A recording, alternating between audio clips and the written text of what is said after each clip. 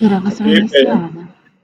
Bom dia mais uma vez. Estamos retomando a manhã do dia 1º de setembro de 2020, a reunião da segunda turma, segunda Câmara, segunda sessão de julgamento. Todos os conselheiros presentes estão retomando a gravação após um breve intervalo e vamos passar a votação. Temos aí um acompanhamento, vamos dar preferência aí para o patrono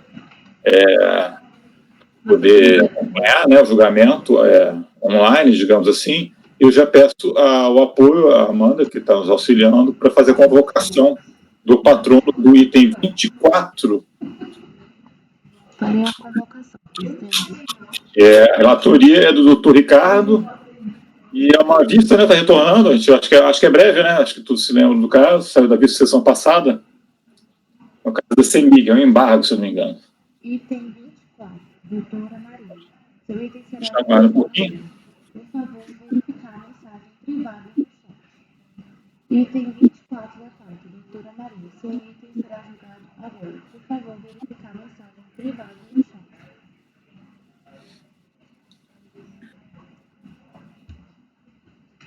Convocação feita, presidente.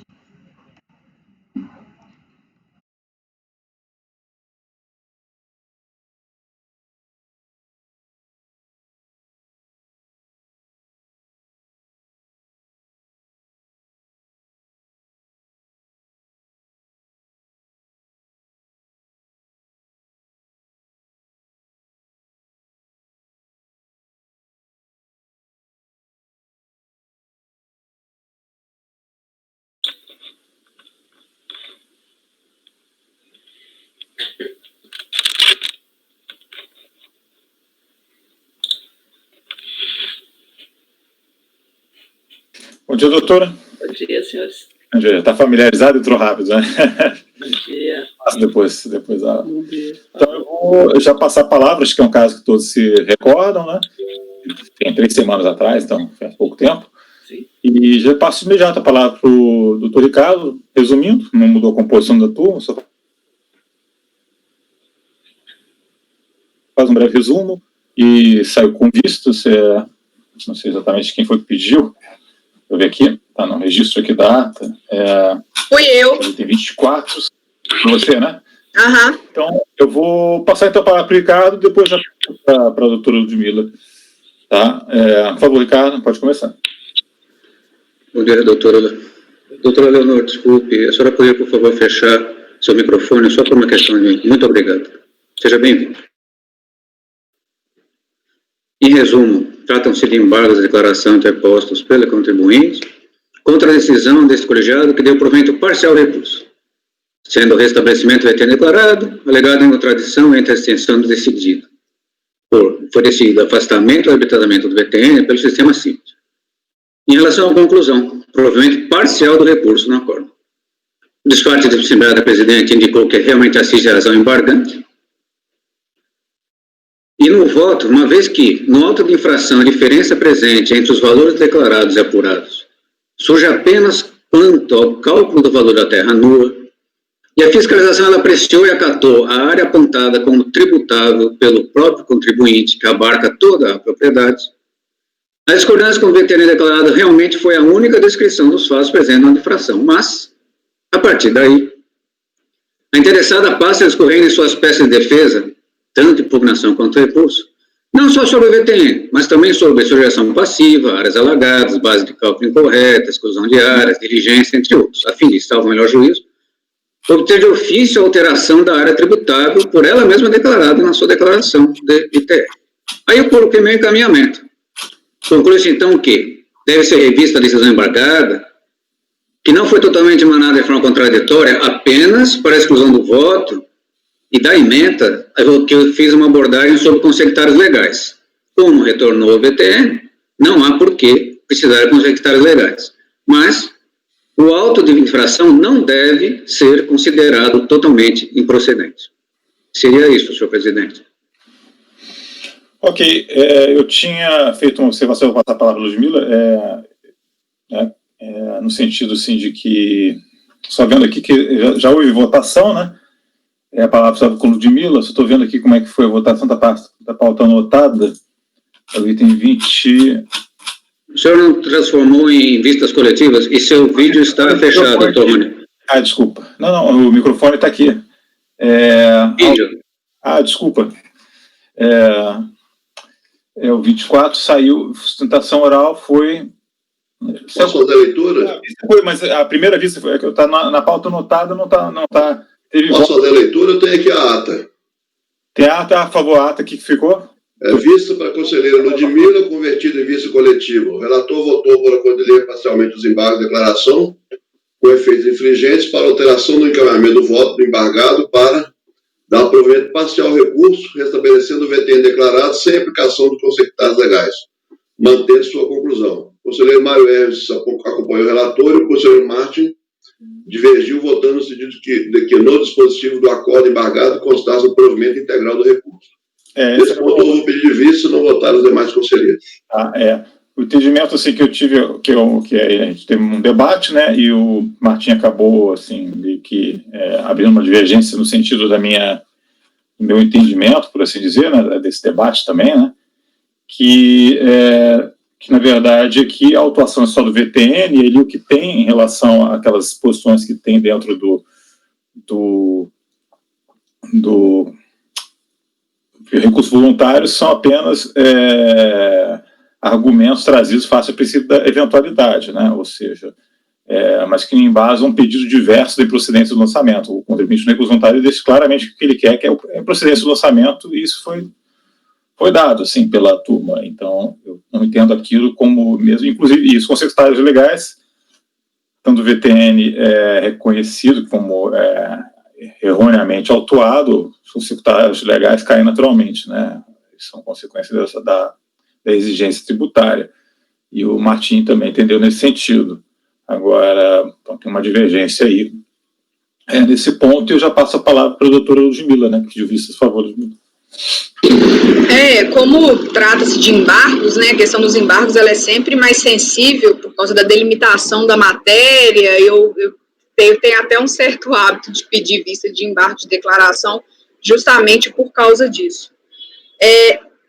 Analisando, né, fazendo o cotejo do acórdão e dos embargos, eu tenho, né, que o acórdão analisou e rebateu de maneira exaustiva as teses trazidas, que foram replicadas, como já se sabe, né, da leitura do voto, e apenas reconheceu a procedência de uma delas, qual seja de afastamento do VTN arbitrado pela tabela CIPT, restabelecendo o cálculo do VTN informado pela recorrente. Só que, a meu ver, né, convergindo com o relator, não devem ser acolhidas as alegações no sentido de que o provimento deveria ser total. Não somente, né, de fato, né, a recorrente, ela não questiona somente o VTN apurado, mas também pretendia uma redução da área total tributável, conforme o demonstrativo que está as folhas 4 e 8 da DITR, aduzindo em sede de impugnação de recursos que os reservatórios deveriam ser considerados como as áreas isentas. Vale destacar também que não pediu que fosse estabelecida a glosa declaradas, uma vez que declarou todo o território como tributável, confira as folhas 55. Então, o objetivo, na verdade, era que fosse reconhecida a isenção não declarada. Então, neste ponto, né, o acórdão, ao ter reestabelecido o VTN declarado e não alterado a área total tributável, desses que não há que se falar em imposto suplementar, e, consequentemente, também não caberia a cobrança de juros e da multa de 75%. Então, esses consectários, eles só seriam aplicados caso reconhecido houvesse saldo remanescente. Então, com base nessas pequenas anotações, eu também acompanho o relator.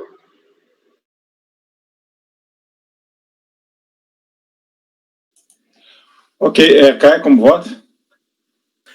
Bom, eu já tinha feito essa anotação e eu vou acompanhar a divergência levantada pelo conselheiro Martim.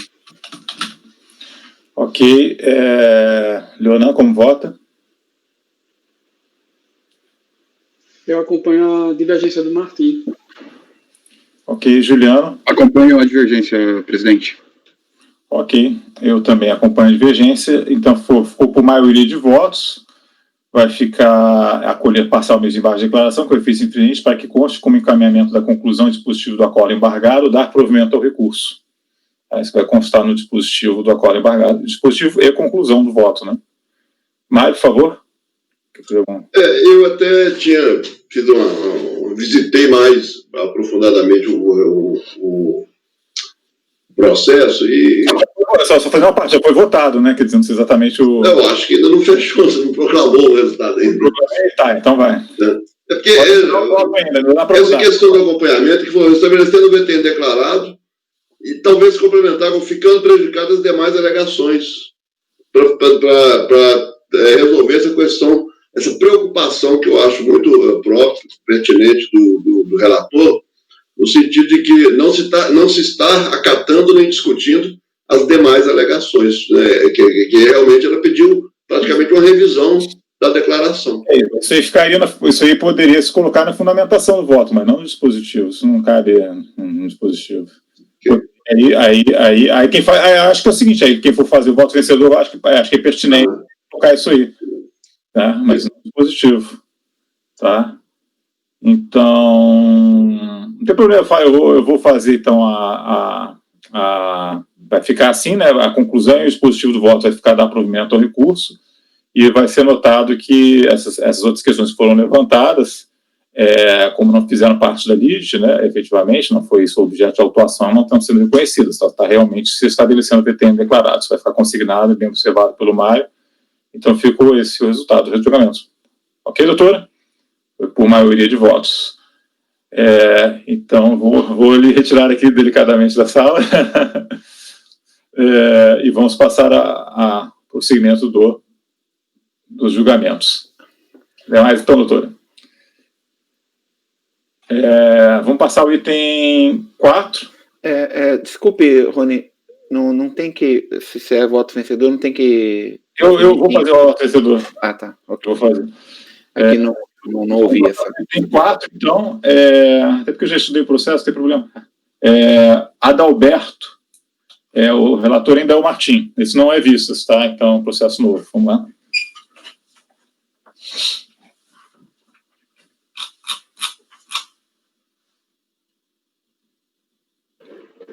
Item 4 da pauta, Adalberto Luiz Niero, amparo de declaração, onde eu estou fazendo acolhimento, eu era o relator, e eu deixei a ementa contraditória, na medida que eu usei uma ementa que seria usada possivelmente em outros votos, quando seria o caso de negar o provimento ao recurso, enquanto que o recurso teve um parcial provimento. E aqui a discussão que foi dado o provimento ao recurso foi a questão da tela do CPIT, que não constou aquela informação da aptidão agrícola, e em razão disso foi restabelecido o VTN declarado pelo recorrente. Equivocadamente constou na ementa que o seguinte, vou ler: o valor da terra nua, subavaliação, deve ser mantido o VTN arbitrado pela fiscalização, com base no VTN por hectare médio constante do CIFT, para o município onde se localiza o imóvel, falta de documentação hábil comprovando seu valor fundiário, a preço de 1º de janeiro de 2005, uma incompetência de características particulares favoráveis que pudessem justificar essa revisão. Estaria equivocada esse trecho da ementa, em casos tais quais como este, onde eu dou provimento ao recurso quanto ao VTN em razão da tela do CIPT, não constar aptidão agrícola, costumo utilizar a seguinte ementa, que é valor terra nua, dados do CIPT, média da ITR e desconsideração da aptidão agrícola. Se a fixação do VTN médio não teve por base esse levantamento por aptidão agrícola, ou que está comprovado nos autos, então não se cumpriu o comando legal e o VTN médio adotado para proceder ao arbitramento da autoridade lançadora não é legítimo, não podendo ser utilizado para o fim da recusa do valor declarado ou pretendido pelo contribuinte. Então, assim, eu transcrevi alguns votos, só para deixar bem claro que o erro está na ementa, não está no voto ou na conclusão, mas, salientando, no voto constou que a tela do CIPT, a folha 9, não constava aptidão agrícola. No meu voto, eu digo que tem que ser restabelecido o VTN declarado, Na conclusão do meu voto, digo que tem que ser restabelecido o VTN declarado. Na ata, constou que acordaram os membros do colegiado em dar parcial provimento do recurso para restabelecer o VTN declarado pelo contribuinte, e na ementa constou ao contraditório que o VTN era mantido. Então, foi um erro de ementa, né, que eu estou corrigindo agora. Os embargos foram entrados pela própria Procuradoria, que assim eu fiz, para que pudesse ter um acórdão correto, de modo a viabilizar o manejo do recurso correto oportunamente. Está correto a Procuradoria em apontar o vício, porque tem uma contradição de fato.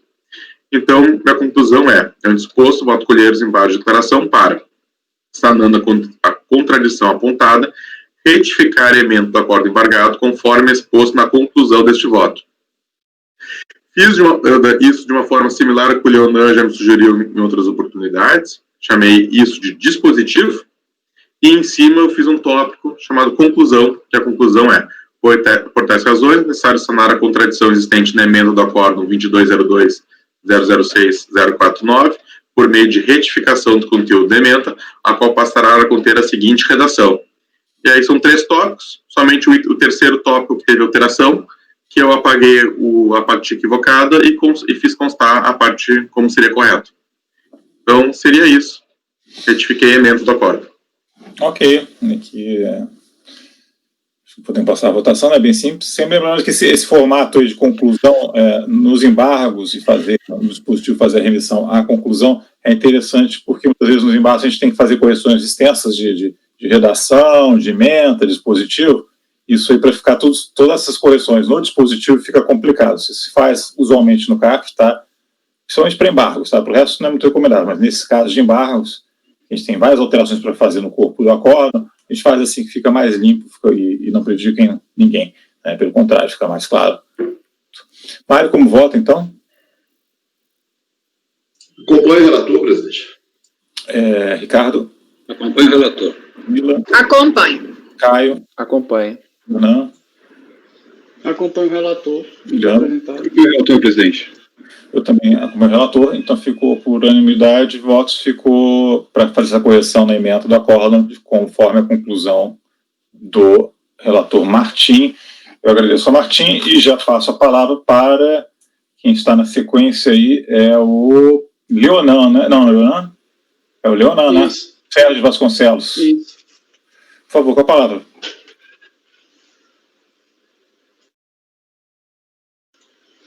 Obrigado, presidente. O item 5 da pauta, cuida-se o caso versando de recurso voluntário, relativo ao inconformismo com o acórdão da DRJ, primeira turma de Brasília, um acordo de 2013, que por unanimidade de votos julgou improcedente a impugnação, cujo acordo estou assim emendado. Eu vou ler só um trechinho que sintetiza a lide. Não comprovada nos autos a transferência de propriedade, a nulidade do respectivo título ou a emissão prévia pelo poder público na posse do imóvel deve contribuir ser mantido no polo passivo da respectiva obrigação tributária do VTN arbitrário da área declarada com benfeitorias matérias não impugnadas. A essência e as circunstâncias do lançamento estão sumariadas no relatório do acordo objeto de resignação, tendo por base a desconsideração do VTN declarado pelo sujeito passivo, arbitrando com base no VTN por hectare do CIPT, considerando o grau de aptidão agrícola, com consequente aumento do VTN tributável, bem como a glosa da área de benfeitorias não comprovada, assim apurando imposto suplementar. Eu estou fazendo uma leitura resumida, tá, presidente? A controvérsia do ITR do exercício de referência, que é 2006, origina-se com a impugnação na qual informa não mais ter a posse do imóvel e alega que ocorreu desapropriação. Sustenta que em 9 de abril de 99, por despacho número 14 em processo regulado da FUNAI, de Brasília, número tal, referente ao relatório aprovado circunstanciado de identificação e delimitação de terra indígena Caiapó, com fundamento no decreto 1775, de janeiro de 96, teve suas terras desapropriadas pelo Poder Executivo. Informa que não foi indenizado, tampouco compensado de seu prejuízo. Haja vista que alienou a referida área ao governo do Estado do Pará. Pondera que vinha declarando ITR junto à Receita Federal, e, não obstante as exigências ambientais, suas declarações referentes aos exercícios 2006, 2007 e 2008 tornaram-se insuficientes para a administração tributária, que gerou crédito tributário e, por isso, controverte. atesta que junta a cópia autenticada do decreto desapropriatório, bem como declara nunca ter se apossado da terra no objeto da declaração. Diz que já providenciou junto à Receita Federal a comunicação da alienação, no DIAC, através de recurso, bem como a transferência da titularidade. A tese não foi acolhida pela DRJ. No recurso voluntário, o sujeito passivo reitera termo da impugnação, ratificando-se a questão de direito controvertida em relação à sujeição passiva, não se conformando com a improcedência das razões de defesa na forma da decisão de piso. Então, a controvérsia aqui é só a questão da titularidade, da sujeição passiva. O relatório, foi formado lote repetitivo, é o que importa relatar. O recurso é admissível, atende todos os pressupostos de admissibilidade, por conseguinte, dele conheço. A apreciação da preliminar de legitimidade passiva, eu aprecio ela no mérito, é a única questão posta no recurso. Mérito, legitimidade passiva.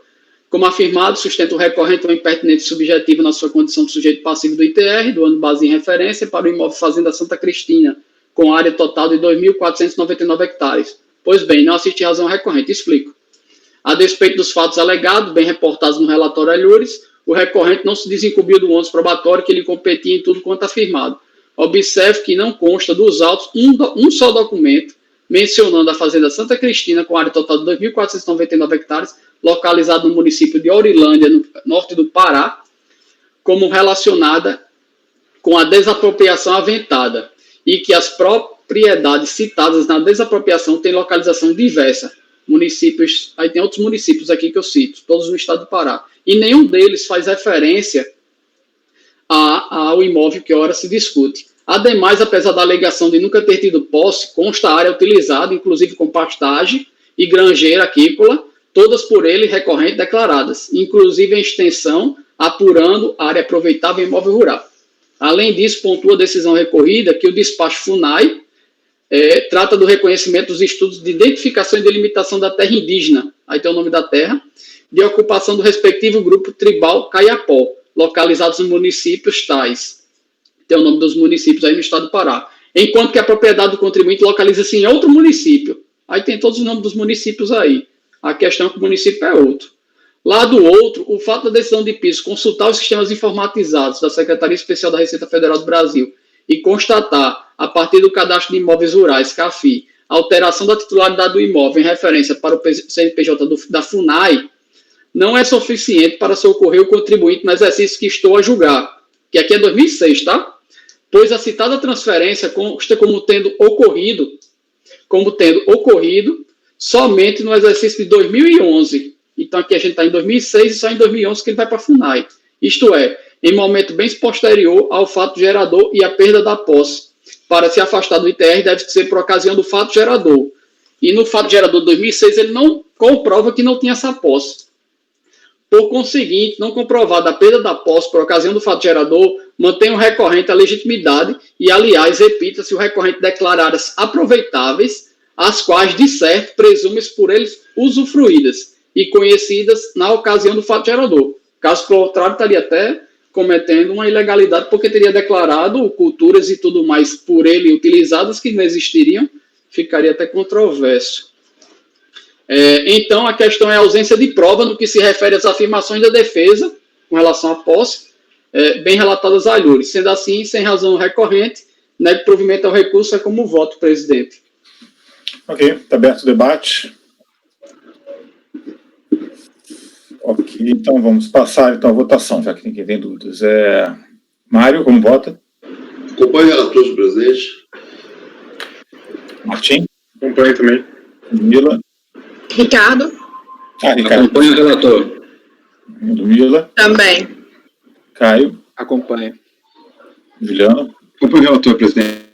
Acompanho, então ficou unanimidade de votos negar provimento ao recurso, ficou esse resultado também para os itens 5, para os itens 6 e 7, por força dos repetitivos. E agora o item 8. É o mesmo contribuinte, né? Não sei exatamente qual a diferença, mas o relator vai poder explicar.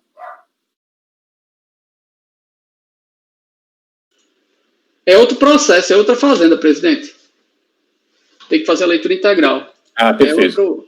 É outro imóvel. As alegações até que tem uma certa proximidade, mas é outro imóvel. É outra historinha. Pois bem. Cuida-se o caso versando de recurso voluntário relativo ao inconformismo com acordo, esse da primeira turma da DRJ, que é de Campo Grande, lá era de Brasília, que é de Campo Grande, primeira turma, que por unanimidade de voto chegou improcedente à impugnação, cujo acordo restou assim emendado. Eu peço vênia para não precisar ler essa emenda. O lançamento fiscal tem por base a desconsideração do VTN aqui, bem como glosou a área de exploração extrativa e a área de atividade granjeira ou aquícola. A controvérsia origina-se com a impugnação, na qual discorre do lançamento suplementar, sustentando o erro de fato na DITR transmitida. Diz que o decreto presidencial 4.340, de 2005, criou a reserva extrativista do Ariocá, aqui é outra reserva, localizada no município de Oeiras, do Pará, e Bagre, é outra região, outros municípios, em relação àquele processo. Uma extensa área de floresta nativa que foi transferida para o domínio do Instituto Chico Mendes. Aqui é a alegação do recorrente, né? Em verdade, criou-se, o recorrente falando, em verdade, criou-se uma grande reserva legal que independe de averbação. Sustenta que, por não mais ter atividade sobre o referido imóvel, desde a criação da reserva em 2005, o imposto lançado corresponde ao exercício em referência de 2009, o que de 2009 é descabido. A reserva teria sido criada em 2005 e em 2009 seria descabido o imposto. A tese de defesa não foi acolhida pela DRJ. Na decisão, a qual é negada a tese de nulidade, por observar a autuação de todos os rigorosos procedimentos do processo administrativo fiscal. A DRJ ainda diz que o contribuinte pretende questionar que o seu imóvel está localizado em área de proteção ambiental e que, portanto, o fato gerador do ITR é inexistente, pois, com o advento da legislação criadora da reserva extrativista do Ariocá em 2005, teria ocasionado a transferência da propriedade do imóvel, seu domínio útil e posse ao referido instituto lá, Chico Mendes, em virtude de que a destinação que o contribuinte pretendia dar à propriedade lhe foram proibida como agricultura, pecuária e manejo de floresta. Afirma que o recorrente objetiva retificado ITR para reconhecimento de APP, de floresta nativa ou qualquer outra área de preservação ambiental com possibilidade de isenção de ITR, a exemplo de reserva legal. Pondera que não existe provas para testar as áreas ambientais. É esclarecido ainda na decisão do DRJ o fato do imóvel estar inserido em uma área onde há restrições de exploração, nos termos da legislação ambiental, não é suficiente para que suas áreas sejam consideradas isentas de tributação, cabendo a comprovação efetiva das áreas enquadradas nas isenções previstas na legislação tributária, caráter específico. Por isso, portanto, apresentar laudo técnico, o que não foi feito, diz a DRJ. Por fim, a decisão hostilizada apontou que não houve manifestação a respeito da glosa da área de atividade granjeira ou aquícola e nem sobre a alteração do VTN, finalizando com o não provimento da impugnação. No recurso voluntário, o sujeito passivo limita sua discussão à existência de reserva legal, não trata de mais nada, diz que não precisa estar averbada para, ao final, requerer o cancelamento. É o que importa relatar. O recurso é admissível, está tempestivo, e atende aos demais requisitos. Como informado em linhas pretéritas, a controvérsia relativa ao ITR, lançado de ofício. O contribuinte não declarou a existência de área de preservação permanente, APP, não declarou a área de reserva legal, não declarou área de interesse ecológico, não declarou área de servidão florestal, não declarou área coberta por florestas nativas. Nenhuma foi declarada. O fato é que o recorrente, em verdade, desde a impugnação, de certo modo, alega erro de fato na DITR por ele transmitida, pois sustenta existir uma área ambiental decorrente do decreto presidencial que criou a reserva do Ariocá, que é uma extensa área que foi transferida para o domínio do Instituto Chico Mendes e teria suspendido todas as atividades na área declarada por proibição expressa. O contribuinte considera-se isento do ITR por não estar explorando a floresta que constitui a reserva legal. No recurso voluntário, após tal alegação, entra na tese de que pretende discutir, e a tese é que se cuida de reserva legal e que não precisa de averbação. Comenta, ademais, que a área compreendida em programa oficial de reforma agrária é isenta, mas sobre isso nada mais apresenta no recurso voluntário, por conseguinte, não lhe assistindo razão em pretensão de isenção sob a alegação de reforma agrária. Pois bem, quanto à reserva legal, essa para gozar de isenção, precisa ter a averbação que não existe. Aí eu aplico a súmula 422 e nego provimento. É como voto, presidente. Ok, obrigado, Leonardo. Dúvidas? Esclarecimentos? Mário, como vota? Acompanho o voto do relator, presidente. Martim? Acompanho também, presidente. Ricardo? Acompanho. Acompanho. Caio? Acompanho. Juliano? Acompanho o relator, presidente. Eu também acompanho. Então, esse resultado, negar provimento do recurso, ficou proclamado para os itens 8, 9 e 10, que são 9 e 10 são repetitivos associados ao item 8 da pauta. Retorno a palavra para o doutor Leonan. Fujiwara é o interessado agora. Também ITR. Fujiwara Equipamentos. Item 11. Obrigado, presidente. Item 11 da pauta, Fujiwara.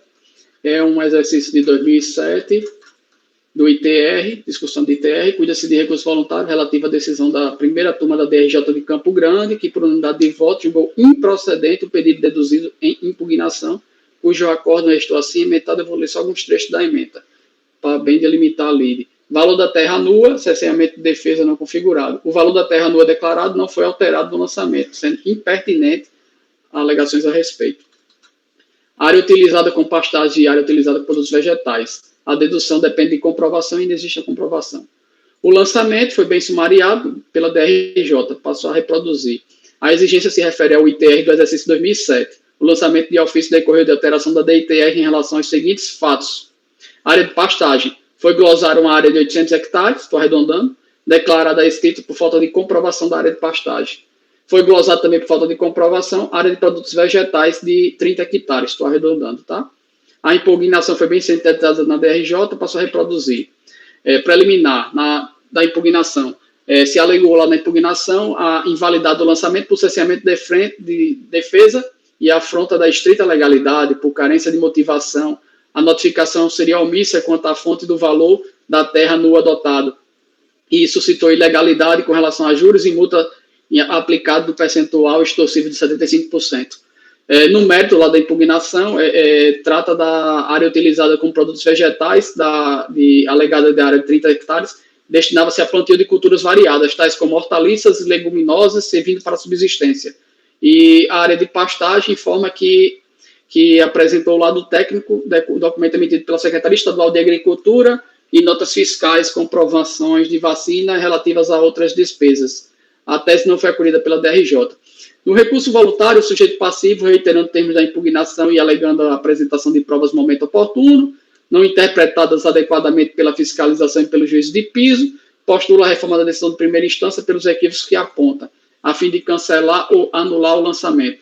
Uma vez que faltou ser observado pelo lançamento, o artigo 14 da Lei 9393, a lei do ITR, bem como em razão da não aceitação do laudo anexado, que, por certo, daria outros contornos ao julgamento.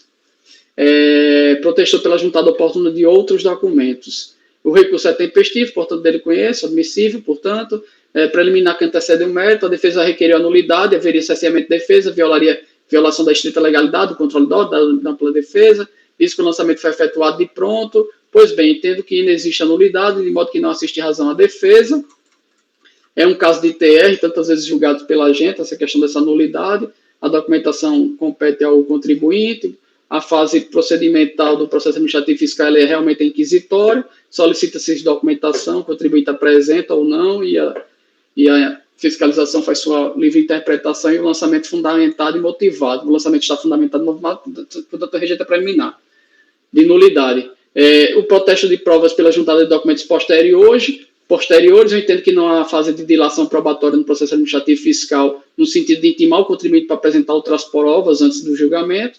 Portanto, eu também rejeito essa preliminar de intimação para apresentar provas posteriores antes do julgamento. O mérito, quanto às vezes de mérito, passa a apreciá-lo.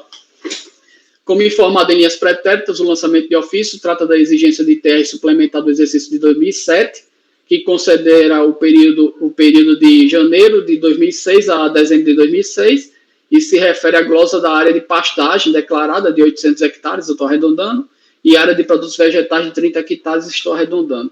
O contribuinte se insurge contra o VTN, porém o VTN declarado não foi glosado, sendo aceito, portanto, sem razão recorrente nesse ponto. Desde já fica negado a tese do VTN. Consta ainda no recurso voluntário resignação contra a manutenção da glosa da área de pastagem declarada de 800 hectares arredondados e produtos vegetais de 30 hectares. Alega-se a juntada de documentos comprobatórios de tais áreas. Pois bem, não assisti razão recorrente e explico. A despeito das provas colacionadas, todas elas são posteriores ao período do exercício do ITR exigido. Trata-se de prova do ano de 2007, que não socorre o contribuinte fiscalizado para o período 1/1 de 2006 a 31/12/2006. Sendo assim, não é provimento ao recurso, é como voto, presidente. Ele juntou a documentação do ano seguinte. Basicamente é isso, então, por ausência de provas, estou mantendo a decisão da DRJ. É como voto. Ok, obrigado. Vou abrir a palavra para os colegas. Vamos passar a votação. Acompanho o voto do relator, presidente. Ok, Martim. Também acompanho. Ricardo. Acompanho. Acompanho também. Caio. Acompanho, relator. Juliano. Acompanho o relator, presidente. Também vou acompanhar. Então, para o item 11, ficou negar provimento do recurso. Próximo item ainda é o doutor Leonan, se eu não me engano. Então, ele tem a palavra. O item 12, interessado Luísa Bagatim da Rosa. Obrigado, presidente. Item 12 da pauta, do prosseguimento, já adiantar aos colegas que é um outro ITR, é um exercício de 2007. Cuida-se de recurso voluntário relativo à decisão da primeira turma de Campo Grande, da DRJ de Campo Grande. A decisão foi unânime, ela julgou improcedentes os pedidos da impugnação, cujo acordo restou assim emendado. Eu vou ler só alguns trechos da emenda para sintetizar a lide. É válida a ciência da notificação por via postal, diz a DRJ, e a área utilizada com pastagem, a DRJ diz que a dedução da área de pastagem depende de comprovação, e a DRJ entende que não tem essa comprovação. O lançamento foi bem sumariado pela DRJ, eu transcrevo algumas partes, passo a leitura. A exigência se refere ao ITR, exercício 2007.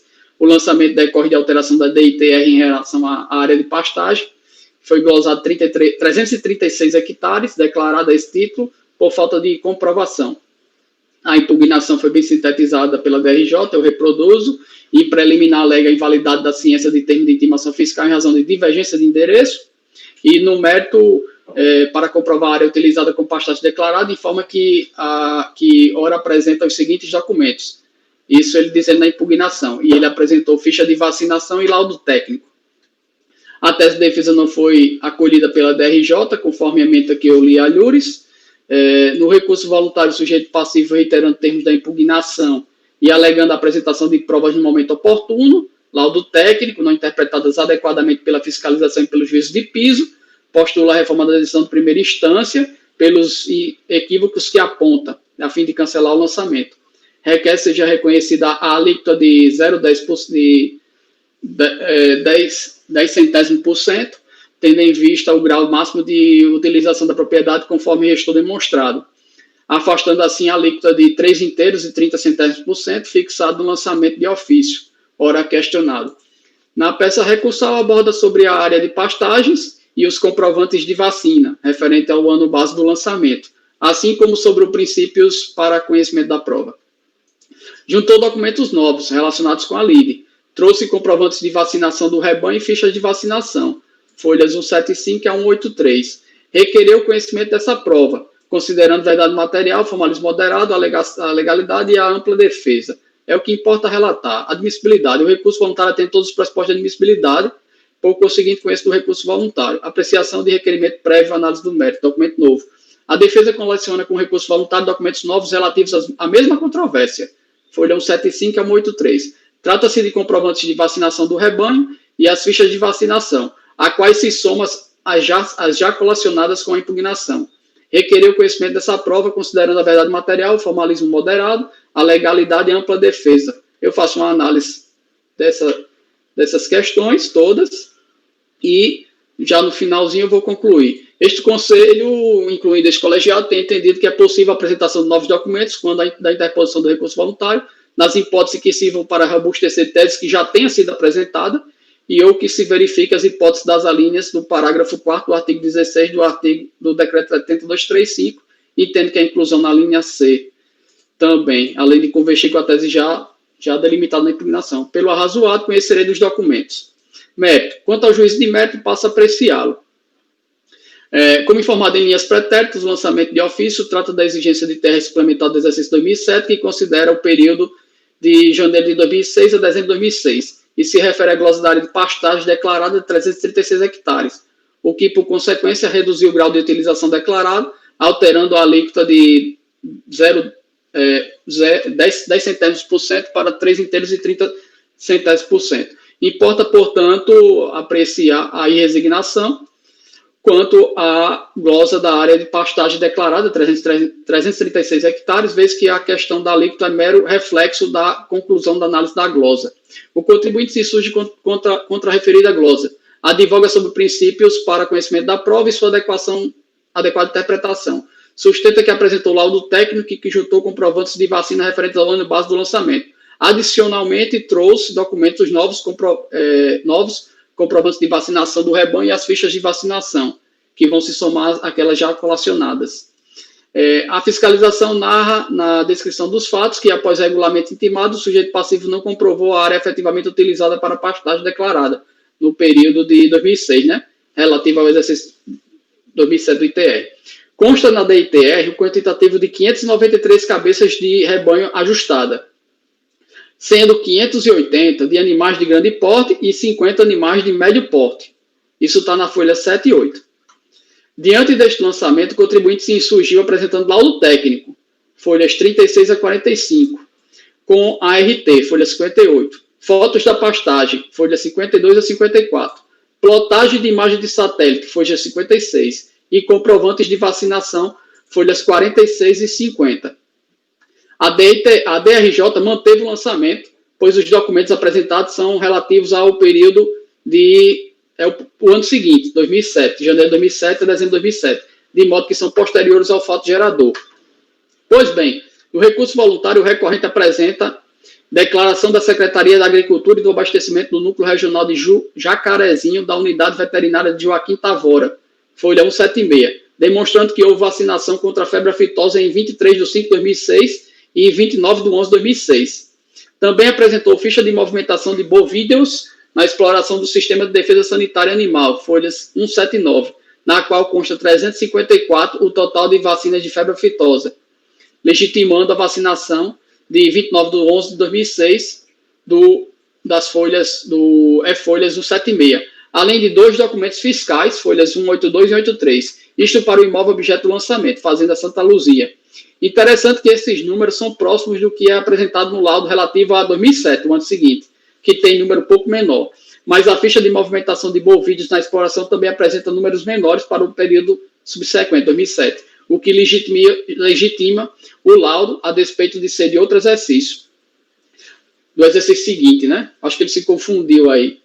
Deste modo, do conjunto probatório ora descortinado, entendo assistir parcial razão recorrente, no sentido de ser reconhecida a quantidade de 354 cabeças de animais apacentados no imóvel no período do lançamento, reconhecendo-se a vacinação de 29 de 11 de 2006 pelo conjunto de documentos folhas 78 e 176 e ainda folha 179 e 180. Estas últimas na linha 29 de 11 de 2006. Então, na folha 179 a 180 tem uma linha lá, 29 de 11 de 2006, que tem um quadro lá com anotação do número.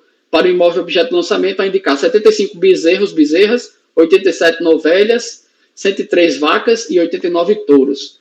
Especialmente importante lembrar que, para fins de cálculo do grau de utilização do imóvel rural, considera-se a área servida de pastagem menor entre a declarada pelo contribuinte e a obtida pelo quociente entre a quantidade de cabeças de rebanho ajustada e o índice de lotação mínima. Destaque, por fim, que para a data de 23 de 5 de 2006, folha 176, na ficha Movimentação de Bovídeos na exploração do Sistema de Defesa Sanitária Animal, folha 179, o quantitativo não é confirmado, pelo que, diante da divergência, não estou considerando a data da 23 de 5 de 2006. Estou considerando só a outra data, de 29 de 11 de 2006. Em resumo, conheço do recurso, aprecio os documentos novos relacionados à lide e, no mérito, dou-lhe provimento parcial para restabelecer a quantidade de 75 bezerros, 87 novelhas, 103 vacas e 89 touros, a título de cabeças de animais apacentados no imóvel no período do lançamento.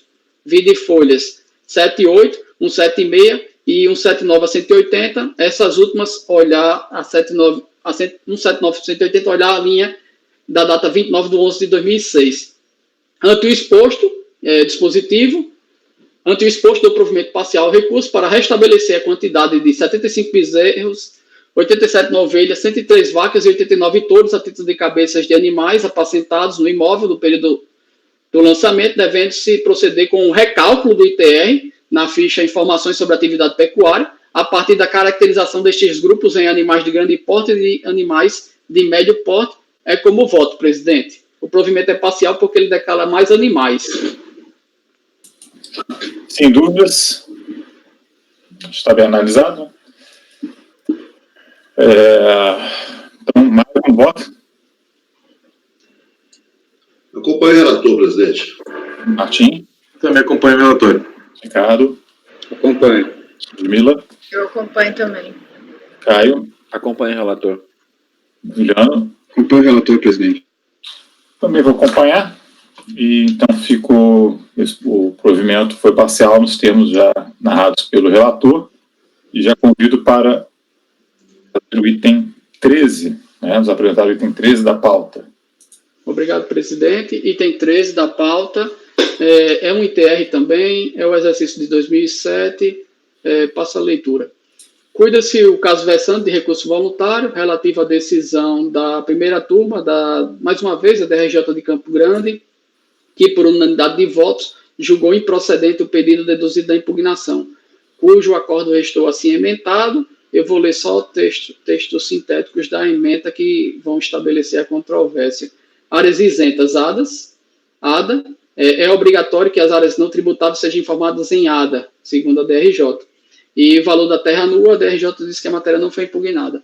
O lançamento foi bem sintetizado e sumariado pela DRJ, eu passo a replicar. Trata de notificação do lançamento, mediante a qual se exige ITR do exercício 2007, foi apurada a falta de recolhimento do ITR, decorrente da glosa das áreas de reserva legal e da alteração do valor da terra nua. A impugnação foi apresentada pelo recorrente, e em suma controverteu-se, aduzindo que não foi considerada a existência de averbação de área de reserva legal, assim como a informação constante em ADA. Não questionou a alteração do VTN. A tese não foi acolhida pela DRJ. No recurso voluntário sujeito passivo se insurge apenas contra a reserva legal, pois alega que há duas averbações e o ADA é dispensável, ao contrário do que afirma a DRJ, para reconhecimento de reserva legal. Postula a reforma da decisão de primeira instância a fim de cancelar o lançamento, juntou documentos, 119 e 125, sendo cópias de outras já colacionadas. Então, ele juntou documento novo, mas é tudo fotocópia de documento que já estava no processo. Ele praticamente xerocou o processo e juntou de novo com um recurso voluntário. Consta ainda no processo eletrônico arquivo não paginável, conforme certificado, visto e conferido por esse relator, sendo elemento instrutório dos autos e dele se constam mapas. É o que importa a relatar. O recurso voluntário atende todos os pressupostos, portanto, admito. Mérito. Quanto ao juízo de mérito, passo a apreciá-lo. Como informado em linhas pretéritas, o lançamento de ofício na controvérsia remanescente trata da exigência de ITR suplementar do exercício 2007 face à glosa de reserva legal. Então, aqui agora é só reserva legal, são 777,2 hectares em controvérsia. Hectares. O contribuinte se insurge contra o não reconhecimento da reserva legal, alega que a área é averbada e que o ADA não é necessário, mas ainda assim tem ADA de 97, suportando a reserva legal, ainda que a DRJ consigne que o ADA é intempestivo para o exercício 2007, o fato gerador 1º de janeiro de 2007. Pois bem, entendo que o ADA não é necessário para fins de comprovação de reserva legal, inclusive conforme súmula CAF 122. O que se faz imprescindível é a averbação anterior ao fato gerador. E o fato gerador aqui é 1º de janeiro de 2007. Neste diapassão, compulsando os autos, verifico que a matrícula 15.243 do imóvel do ITR, em referência à Fazenda Demoras, tem uma área de 502,6 hectares, objeto do AV3 da mesma matrícula, 15.243, atestando a averbação da reserva legal em 27/12/2006, folha 44. Enquanto a matrícula 3.074, relativa ainda ao mesmo imóvel, tem a averbação de 274,58 hectares, objeto do AV7 da matrícula 3.074, atestando a averbação da reserva legal em 17/7/2007, folha 46. Neste contexto, apenas a primeira averbação relativa à matrícula 15.243, do AV3 da matrícula 15.243, com área averbada de reserva legal de 502,6 hectares, é possível de ser reconhecida, já que data de 27/12/2006, folha 44, e, portanto, é anterior ao fato gerador. Aí eu aplico a súmula 122, sendo assim, com parcial razão recorrente neste capítulo, devendo-se reconhecer 502,6 hectares a título de área de reserva legal, é um provimento parcial, ante o exposto dispositivo, fechando, do provimento parcial recurso para reconhecer 502,6 hectares de área de reserva legal. É como voto, presidente.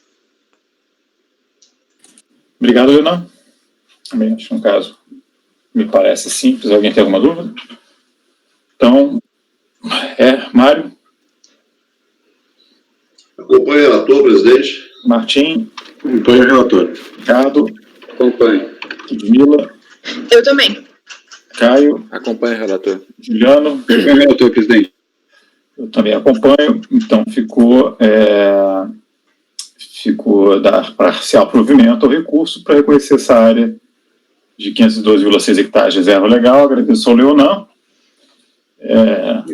E vamos passar ao Mário, um processo que saiu de vistas, sessão passada, imunidade, também de TR, aí no caso.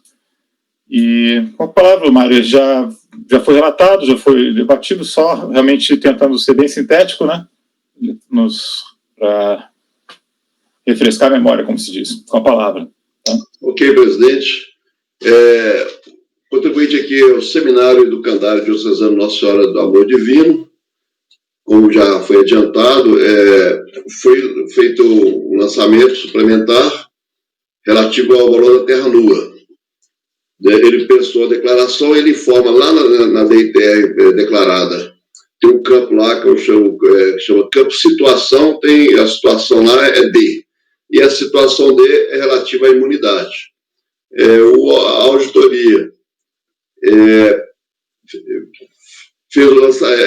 reviu o valor da terra nua e fez o lançamento, uma notificação de lançamento.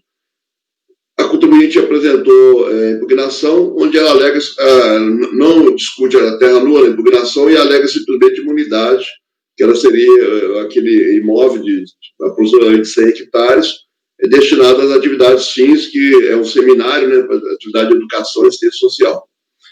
Ocorre que nessa a impugnação que ela apresenta, e depois no recurso também, ele traz uma série de elementos e muito vagos, e ele não comprova a efetiva destinação desse imóvel para a atividade fim dela. Ele traz fotografias, dando conta de seminários, de eventos que acontecem lá, e também no estatuto novo e plano de ação de períodos subsequentes, ele fala que vai ser destinado para a colônia de férias dos estudantes, mas tudo em período posterior do lançamento também. Então, eu parti para o voto aqui, fazendo esse resumo rápido, que é bem grande a impugnação. Então, eu passo para o voto. O valor da terra nua, não conhecimento, que a matéria não é impugnada. No recurso, ele questiona também o VTN. E eu estou declarando precluso, porque não discutiu o VTN no julgamento de PIS, ele simplesmente alegou a imunidade. Eu passo para a vinculação do imóvel rural à finalidade da instituição para efeito de fruição da imunidade. Conforme apontado no julgamento de piso, para que o senhor faça jus ao gozo da imunidade, é necessário, entre os requisitos, que a interessada comprove que o imóvel rural esteja diretamente relacionado aos fins da entidade. Não somente o patrimônio, mas a utilidade econômica que dele se extrai deve estar relacionada com seus fins. Apesar de afirmar repetidas vezes na peça recursal que o imóvel é utilizado unicamente para a finalidade de assistência social e educacional previsto em seu estatuto, entendo que não houve culpado autuado a efetiva comprovação de tal situação, conforme passa a demonstrar. For carregado aos atos, a título de documentos comprovando a imunidade, o comprovante da inscrição da contribuinte no Conselho Municipal de Assistência Social, do ano de 2017. O SEBAS para o triênio 2016-19, e essa portaria do secretário da Regulação e Supervisão da Educação Superior do Ministério da Educação, que renova a concessão do SEBAS. Entretanto, tal documento, apesar de se referir à instituição, não atesta e tampouco faz qualquer referência à utilização do imóvel rural, objeto da presente lide. Ele se refere à instituição. Da mesma forma, foi anexado o Estatuto da Entidade, com especial destaque para a cláusula 25ª, e o Plano de Ação e Atendimento 2017, que prevê que a diretoria do seminário se incumbirá de proporcionar aos alunos uma coluna de férias, sendo afirmado, no Plano de Ação de 2017, que no sítio São José do Oriente, os alunos começaram a passar suas férias. Eu estou reproduzindo esse artigo 25º. Ora, além de ser afirmado em 2017 que os alunos começaram a passar suas férias no sítio, sendo o fato gerador do tributo à discussão no ano de 2010, também entendo como questionável considerar a utilização do imóvel como colônia de férias como fato caracterizador da destinação do mesmo à finalidade de assistência social e educacional da entidade. Juntamente com os documentos acima destacados, foram incluídos como anexos do recurso um acervo fotográfico do sítio Oriente, onde se alega demonstrar que as atividades desenvolvidas estão ligadas à finalidade da entidade de assistência social e educação, acervo contendo centenas de laudos com informações vinculadas nas redes sociais e outras mídias, também com o intuito de demonstrar que as atividades desenvolvidas estão ligadas à finalidade da entidade de assistência social e educação, acervo de fotografias do sítio Oriente, onde tenta-se demonstrar a existência da área não tributável nos modos do artigo 10 e 11 do decreto 4382, centenas de fotografias, recorde de notícias e informações vinculadas em redes sociais e estradas de páginas relativas a pesquisas do aplicativo Google, que dão conta de uma série de eventos sociais ocorridos no sítio Oriente, tais como acampamentos juvenis e adultos, retiros espirituais, encontros de acampamento de casais. Ocorre que tal acervo, conforme as datas e períodos constantes, sua grande maioria, refere-se ao período de 2015 a 2018, ou seja, mais uma vez, bem distante do fato gerador do tributo, hora exigido de 2010. Esses são os únicos elementos apresentados pelo autuário para efeito de se comprovar que o imóvel é utilizado unicamente para a finalidade de assistência social e educacional previsto no seu estatuto, não tendo sido trazido aos autos qualquer elemento mais robusto e contemporâneo à data do ocorrente fagerador. Tratando-se de um imóvel de 99 hectares de área, entendo que o acervo de registro de eventos relacionados aos autos, que sequer se reporta ao período da autuação, não possui o condão de comprovar que o imóvel rural esteja diretamente relacionado unicamente à finalidade de assistência social e educacional do autuado. Requerimento de diligência de protesto por produção de provas, eu estou indeferindo também, por entender que deveria ter sido apresentados no momento pertinente. Ante o exposto, voto por não conhecer do recurso, na parte que trata do valor da terra nua, posto que não questionado na impugnação e no mérito para negar de provimento. Essa foi a discussão da senhora. Ok, agradeço ao Mário, né? Na verdade, esse processo teve algumas considerações, eu mesmo pedi vistas. Eu que tinha pedido, não, Mônica. Oi? Desculpa, foi você, né? Foi questionado vista coletiva, né? Era um caso interessante. Isso. Só lembrando aqui que já foram votados aqui... O Martim abriu divergência? O Martim abriu divergência e o Ricardo acompanhou o relator. Isso. Viu vistas. Isso. Esse Martim foi por dar provimento de recurso, então eu vou passar a palavra para a doutora. Tá, então só fazendo um resumo, basicamente, dos pontos aqui do voto da relatoria e da divergência inaugurada pelo Martim. O que aconteceu foi, para o relator, não tem comprovação do preenchimento dos requisitos do artigo 14 do CPN, não está isso nos autos, então essa entidade a gente não sabe se ela é imune ou não, e caberia ao sentido relator a recorrente comprovar, né, a imunidade que faria jus àquele imóvel, se estaria destinado à finalidade beneficente dela e tal. Esse é o ponto do relator. O ponto da divergência é que o ônus caberia ao fisco, no sentido de ele teria que provar que aquele imóvel ele não estaria afetado às atividades essenciais. Correto, Martim? Só para... É isso, não é? Por causa daquela discussão que a gente começou, que eu até levantei há umas sessões passadas. Tá, aí o que aconteceu? Quando eu peguei a vista desse processo, eu achei que seria uma coisa mais simples, mas não era. Por quê? O recorrente, eu acho que está havendo talvez uma má interpretação da jurisprudência do STF com relação a esse ônus da prova, principalmente no caso da imunidade da linha C.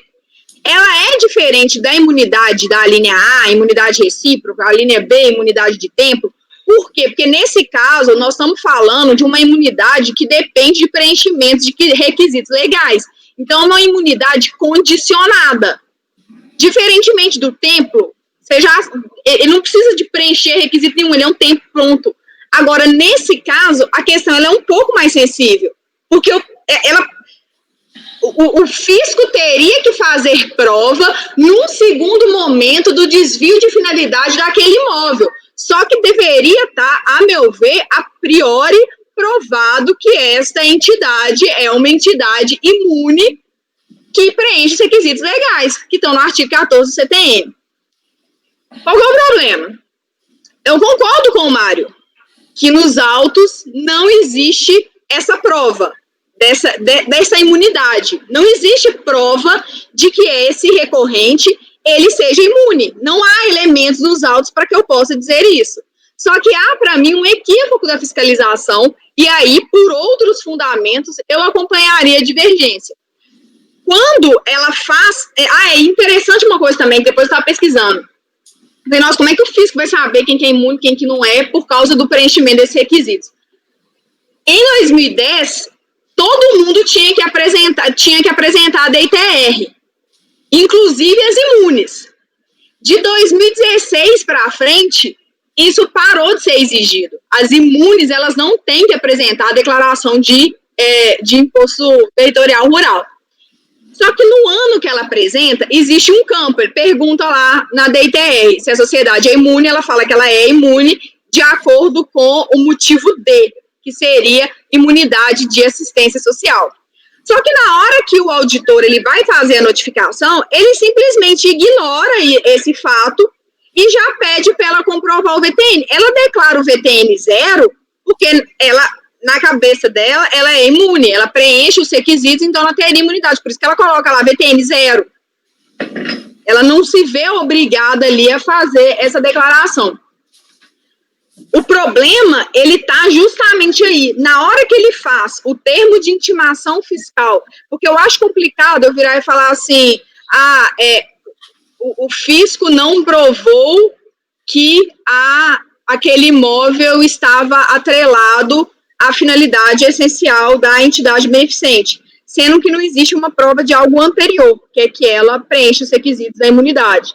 Só que, por ter essa falha na fiscalização, a fiscalização, ela simplesmente, as folhas 3 e 4, tá aí, ela só pede para comprovar o VTN.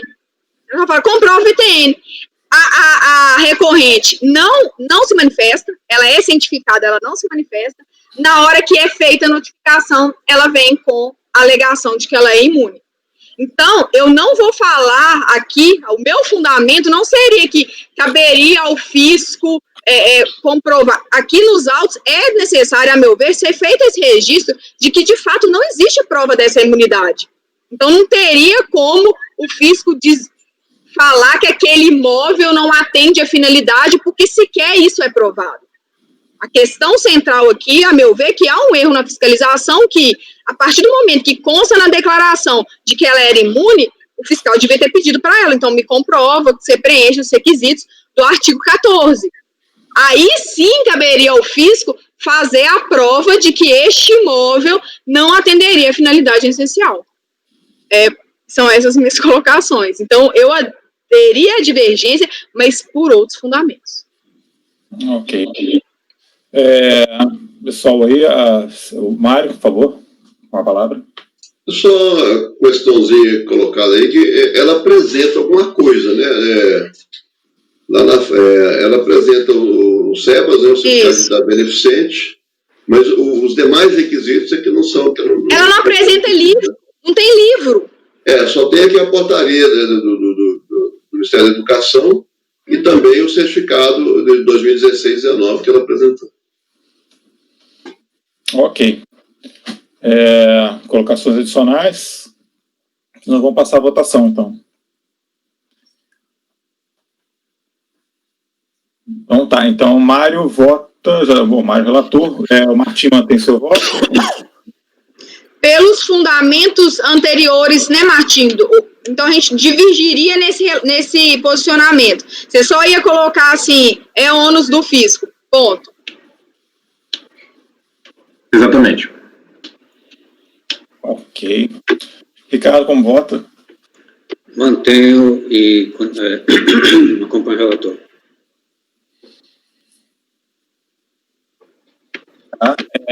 Caio? Eu mantenho meu entendimento de acompanhar a divergência. E só vou mudar a divergência aqui. Eu estava acompanhando o Martim, mas eu acho que a posição colocada pela Ludmila é exatamente o meu pensamento com relação a isso.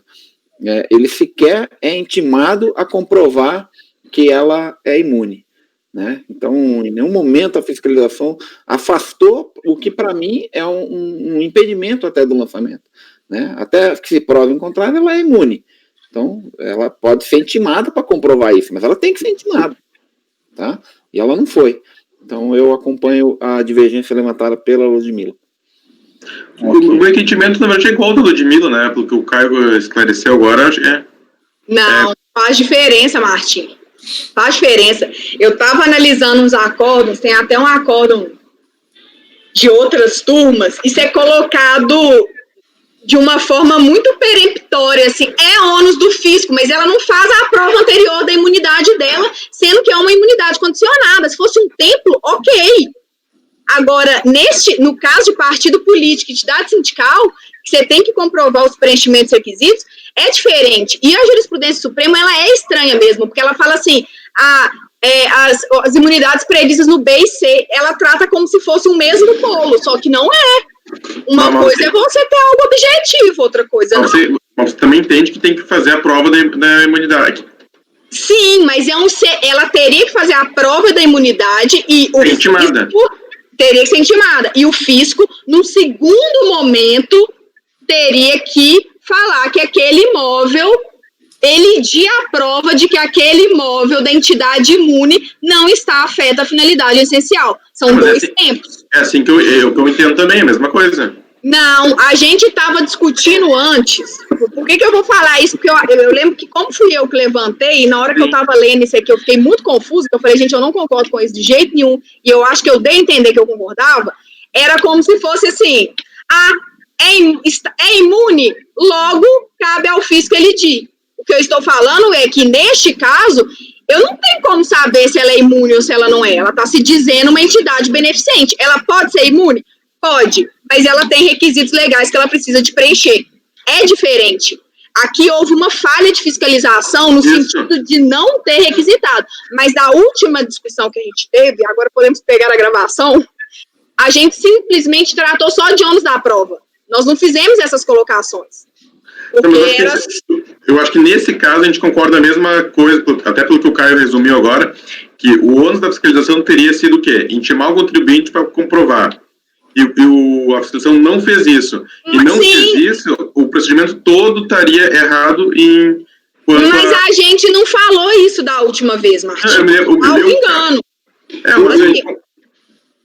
Desculpa me intrometer, eu também me lembro na linha do Martim, Ludmila, que a gente chegou a discutir sim isso, que houve um procedimento equivocado da fiscalização por não requerer ao contribuinte a comprovação da sua imunidade, e por isso tudo cairia por terra, porque o lançamento seria por terra. Eu me lembro disso, tá? Não, tudo bem, mas é porque quando eu resumi a tese do Martim, ele falou ok, aí agora ele tá explicando ela, beleza, mas é porque eu não tinha entendido dessa forma. Eu tinha entendido que era só uma questão de ônus probatório. Se a gente não tem diferença, então não temos diferença. Eu acho que nesse caso não tem. Eu acho que no passado, Ludmila, acho que numa ação presencial, uma vez a gente acabou discutindo um caso um pouquinho diferente, acho que teve uma divergência. Mas eu acho que neste caso aqui, o contribuinte foi lançado, tendo declarado lá no campo D, se não me engano, é esse o nome do campo, né? Campo D, imune, a fiscalização não afastou o campo D e simplesmente lançou. Então, ou seja, houve uma falha no lançamento. Eu acho que ambos concordamos que não poderia ter lançado uma entidade que se declarou imune, sem no lançamento ter explicado por que estava lançando uma entidade que se declarou imune. Então, há um erro. Então ótimo. É porque eu estava com a impressão, então, equivocada desse entendimento, da questão do ônus probatório. Para mim, há uma falha de fiscalização, é só isso que teria que ser explicado. Porque o que eu estou vendo nos acórdons é simplesmente réplica da jurisprudência do STJ, o ônus é do fisco. Não é simples assim. É isso que eu queria deixar consignado. Tá, vocês estão voltando para conclusões, não tá? Como é que está a situação agora? Não, tá, a gente está de acordo agora. Não existe mesmo. mais divergência, Ludmila e Martim. Existe divergência apenas. Nós estamos vendo, gente, que eu também dei uma olhada no processo, a verdade que aconteceu, o contribuinte ele foi intimado, né, para apresentar a documentação. Primeiro, ele se declarou imune, ok. Mas ele foi intimado para comprovar a situação do imóvel e tal, e o contribuinte teve oportunidade, né, ainda dentro do procedimento fiscal, de trazer elementos de prova dizendo que ele era reforçando aquilo. Não houve uma intimação específica, você é imune ou não, tá? Mas ele foi intimado sim a apresentar os documentos relativos àquelas áreas. Então, não é... Foi isso que eu falei, ele pediu o VTN.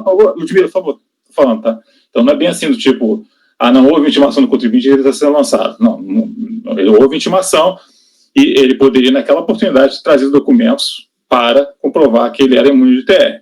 Aí ele trouxe, na DRJ, ele trouxe, e aí sim se instaurou essa lide aí, que a gente tem, inclusive acho que se ele tivesse respondido a fiscalização, talvez ali no curso, ele foi intimado, vem cá, você não está pagando por quê? Por que tá... Se ele tivesse respondido, feito alguma coisa, ele não respondeu nada, ele ficou silente, tá, com a intimação, a única coisa que ele fez foi apresentar a declaração externa, mas ele não respondeu a intimação da fiscalização. De repente nem teria ocorrido esse lançamento, a gente não sabe.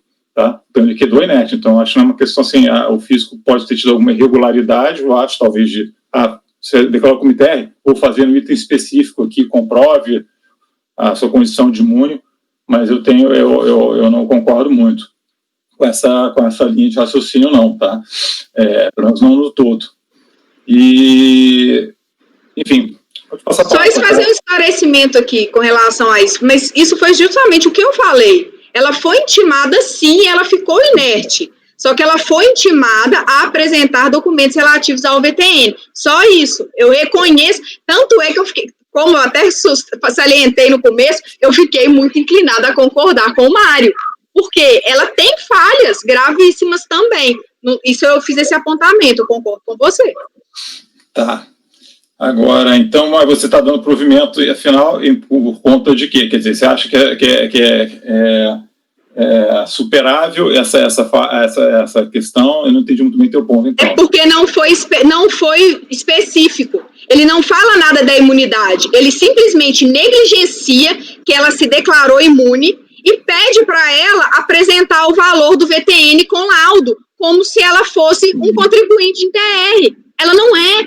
A partir do momento que ela tem imunidade, decepada a competência da União. Então, essa é a razão, a indicação errada do documento. Esse, para mim, que foi o problema. E eu faço uma pergunta agora, a questão de fato para o Mário. Nos autos, existe polêmica depois que...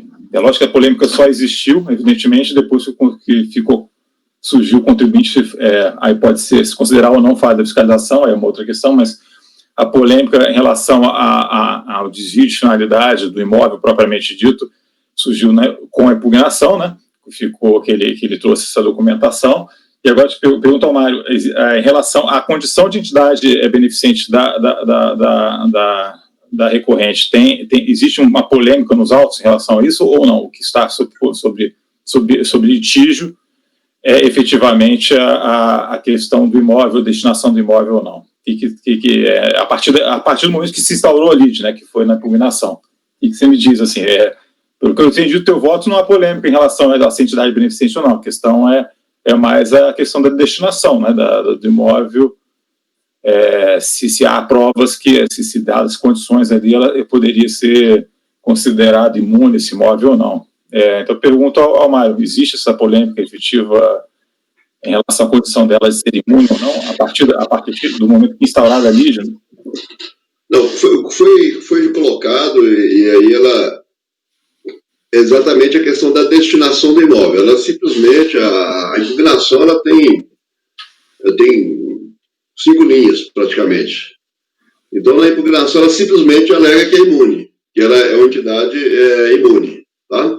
E aí, a decisão de piso definiu que não basta ser imune. Além de ser imune, ela tem que comprovar a destinação do imóvel. Não foi questionado se ela atendia ou não as condições para ser imune, que seria uma situação previdenciária, vamos dizer assim, né? Não foi questionado esse fato. Ela apresentou, inclusive, por isso que eu frisei com a Ludmila, ela apresentou o SEBAS, apresentou a portaria, tratou nos autos, a declaração também do Conselho Municipal de Assistência Social. Então, isso aí não foi, passou ao largo na discussão e focou simplesmente na questão da destinação do imóvel para a atividade fim dela. Em momento algum ela trouxe, ela simplesmente, na verdade, no recurso, ela traz essas fotografias e relatos e o plano de ação, mas tudo foi relativo a 2017 para frente, e a discussão aqui é 2010. Mas não foi questionado se ela atende ou não requisitos para a imunidade propriamente das contribuições, vamos dizer assim. Tá, e você tinha levantado, antes de eu fazer esse teu questionamento, você tinha levantado já a mão. Você quer colocar mais alguma coisa ou não? Não, era só para deixar claro isso, né, que não entrou essa discussão propriamente, e o ponto que se discute aqui é se o imóvel está ou não sendo destinado à atividade, porque é o que foi colocado aí pela Ludmila, essa questão da diferença dessa imunidade para aquelas outras alíneas da Constituição, que tratam da imunidade mais genérica. Essa aqui não, ela é voltada para o fim, para o exercício da atividade propriamente. Ok. Bom, acho então que o Martim, o Caio e a Ludmila votam todos por dar provimento pelo mesmo sentido, né? Pelo que eu entendi aí, estão acompanhando todos o doutor Martim. O Amário falou de novo. Só complementando, você me lembrou que tinha levantado a mão, essa questão aí da intimação, né? Que apesar de ter sido intimada para o VTN, fazendo cura por causa disso, né? É aquela coisa de alegar fato modificativo ou desconstitutivo, né? Ela deveria ter, né, já lá na intimação, olha, eu não vou apresentar porque eu sou imune. Ela foi inerte totalmente, ela não apresentou nada, ela foi totalmente inerte durante a fiscalização, e na impugnação era simplesmente uma impugnação de 5 linhas alegando a imunidade dos tempos. Do tempo não, desculpa. Entidade educacional e assistência social. Ok, vamos prosseguir então a votação, né? Se ninguém tiver mais nada a acrescentar, Leonan, como vota? Eu acompanho o Marco, até olhei aqui, a notificação realmente foi para intimar para falar do VTN, ele transmitiu uma da ITR, colocou o VTN 0 porque declarou imune, foi intimado para comprovar através de laudo o valor correto do VTN, quando ele tinha declarado imune. A fiscalização em nenhum momento intimou ele para falar da imunidade. E na impugnação, sim, a despeito desses argumentos, na impugnação ele traz o SEBAS, publicado no Diário Oficial da União, de renovação deferido. Eu acho que, para mim, está muito claro. Eu acompanho o Martim, sem mais. Juliano? Acompanho o Martim, divergência também, pelas mesmas conclusões apontadas aí pelo Leonan. Não, mas o Martim o Leonan tá pelas conclusões ou está acompanhando? Estou acompanhando o Martim. Porque o Juliano está acompanhando pelas conclusões, Juliano? Não estou acompanhando, não falei conclusões, pelas conclusões do Leonan. Pelas conclusões do Leonan, não do... Tá. Pelo apontado pelo Leonan. Eu confundi, né? Você falou pelas conclusões, eu acabei me confundindo aqui. Eu vou acompanhar a divergência pelas conclusões. Eu pelas conclusões, tá? Mas uma linha de raciocínio um pouco diferente. Eu entendo que a entidade, ela não está na lide. Eu não vejo, assim, um procedimento tão grave da fiscalização. Eu concordo com o Mário. Eu acho que ele teve foi oportunizado contraditório. Ele teve oportunidade do procedimento fiscal se manifestar. Só trouxe uma impugnação. Eu acho, ao mesmo tempo, que, a princípio, é uma entidade imune, né? Agora, um pouco da questão da utilização do imóvel. Eu acho que aí, sim, não há nenhuma evidência de que tenha uma desvirtuação dessa imunidade. O próprio STF tem recurso extraordinário, já examinou. Recurso extraordinário 236174, de outubro de 2008, que a utilização do imóvel para atividade de recreação e lazer não desvirtua a imunidade.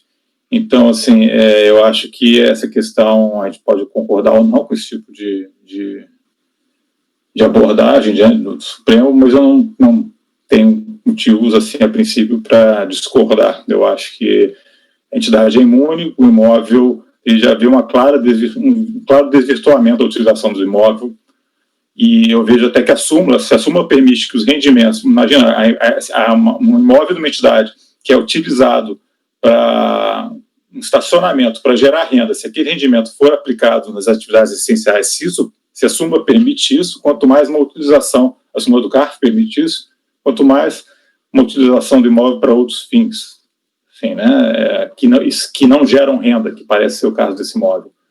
Então, acho que a súmula do CARF ela é até ela é mais ampla em termos de aceitação da questão de não se perder uma imunidade por conta de uma utilização indevida do imóvel do que a gente está trabalhando aqui no caso. Enfim, então eu acompanho a divergência pelas conclusões.